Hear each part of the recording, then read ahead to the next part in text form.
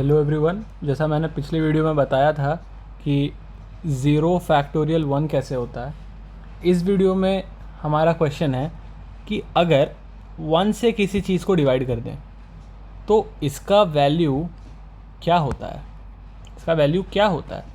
आपने कहीं पे इसको इन्फिनिटी सुना होगा, कहीं पे नेगेटिव इन्फिनिटी सुना होगा, कहीं अनडिफाइंड सुना होगा, बट ये सारी चीज़ें जो आपने सुनी है ये आई कैसे, मतलब कैसे आया ये, कोई कोई लॉजिक होगा ना। अगर अगर मुझे सब्ट्रैक्शन का मतलब जानना है, फॉर एग्ज़ाम्पल अगर मैं बोला कि भाई पहले मल्टीप्लिकेशन का मतलब समझिए। मल्टीप्लिकेशन का मतलब क्या है, अगर मैंने बोला 4 इंटू 2 तो आपको तो फटाक से याद है कि भाई ये 8 होता है, बट 8 कैसे। इसका मतलब कि मैं 4 को अगर 2 बार ऐड किया तो 8 होगा, और 2 इंटू 4 का मतलब भी 8 हुआ। बट ये दोनों एक चीज़ें नहीं है, बस इनकी प्रॉपर्टी कम्यूटेटिव है। 2 इंटू 4 का मतलब हो गया 2 प्लस 2 प्लस 2 प्लस 2, ये आपको 8 देता है। तो ये तो हो गया, चलो आपका मतलब कि मल्टीप्लिकेशन क्या होता है। तो डिवीज़न क्या होता है। अगर मैंने बोला कि 4 divided by 2 is equals to 2, इसका मतलब हुआ कि मैं 4 में से कितने बार 2 को घटाऊंगा तो मुझे ज़ीरो आएगा। तो भाई अगर मैं 4 में से 2 बार 2 को घटा दिया तो मुझे ज़ीरो आया। जैसे 8 डिवाइडेड बाई 2 4 होता है, इसका मतलब मैं 8 में से 2 पहली बार हटाऊंगा तो मुझे आएगा 6, मैं फिर 2 हटाया तो मुझे आया 4, मैंने फिर 2 हटाया मुझे आया 2, मैं उसमें से फिर 2 हटाया मुझे आया 0। मतलब मैंने 2 कितने बार हटाया, 1 2 3 4। तो क्या मैं कह सकता हूँ कि मल्टीप्लिकेशन का मतलब रेपिटेटिव एडिंग होता है, रेपिटेटिव एडिंग होता है, और डिवीजन का मतलब रेपिटेटिव सब्ट्रैक्शन। बाय डेफिनेशन तो मैं कह सकता हूँ ना कि अगर जैसे मैंने बोला कि भाई 15 डिवाइडेड बाई 5 क्या होता है, तो आप बोलेंगे 3। क्यों 3? क्योंकि 15 माइनस 5 10, 10 माइनस 5 5, 5 माइनस 5 0।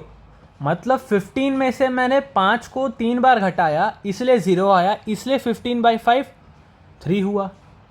अब अगर भाई दिस डेफिनेशन इफ आई गो और मैंने बोला 1 बाई 0, मतलब 1 से मैं एक बार 0 हटाया, 2 बार हटाया, 3 बार हटाया, 4 बार, और हटाते गया इन्फिनाइट नंबर ऑफ टाइम्स।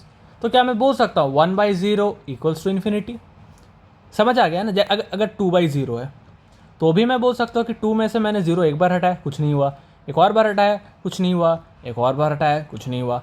तो क्या मैं कह सकता हूँ कि मैं इन्फिनाइट टाइम्स भी हटाऊंगा तभी जाके शायद ये 0 होगा। बाय डेफिनेशन तो अभी देखिए ट्रू हो गया ना ये।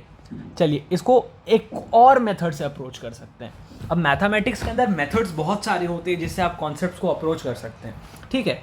अब जैसे फॉर एग्जांपल मैं लिखा यहाँ पे 1 बाई 1, तो ये बनेगा 1। 1 बाई 0.1 तो ये आपका बनेगा 10।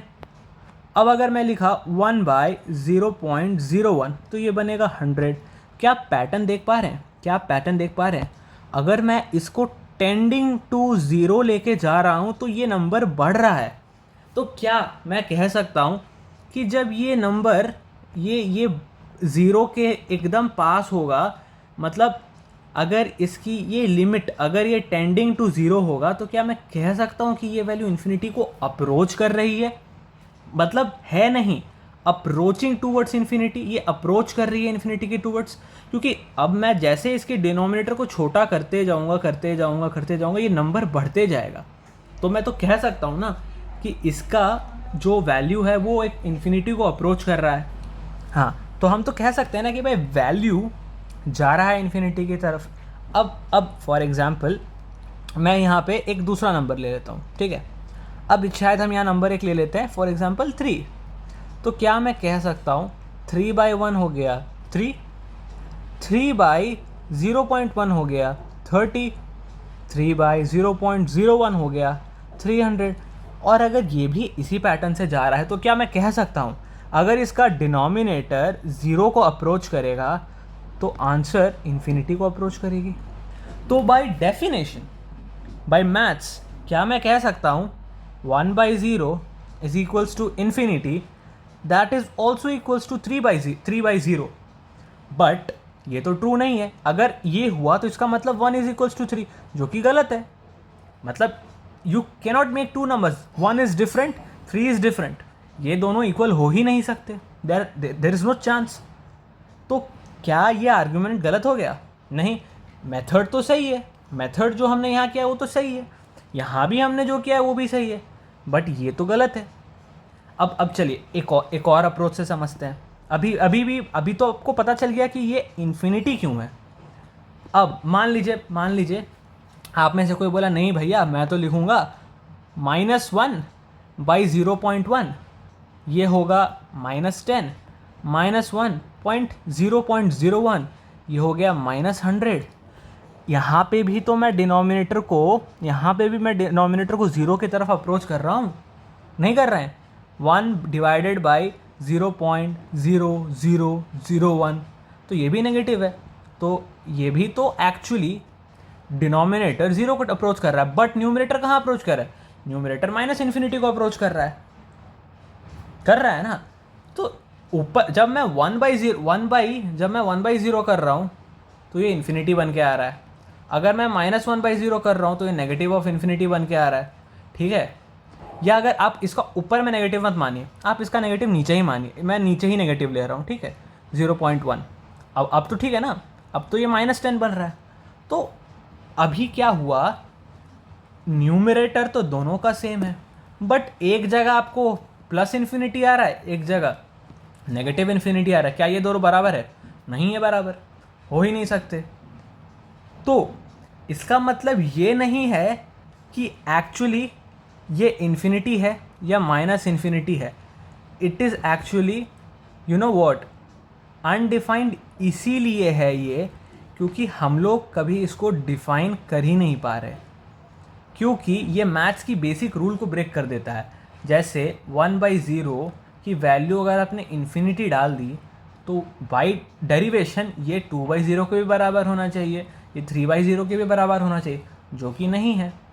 इसीलिए हम कहते हैं कि any number divided by 0 is actually undefined, not because we cannot work out the problem, only because ये एक्चुअली हम कभी डिफाइन कर ही नहीं पा रहे हैं। इसीलिए कोई भी नंबर को आप 0 से डिवाइड करते हैं तो उसकी वैल्यू आती है अनडिफाइंड। आपको इतने सारे अप्रोच दिख गए हर अप्रोच से, लेकिन फाइनली क्या रिजल्ट आ रहा है? अनडिफाइंड।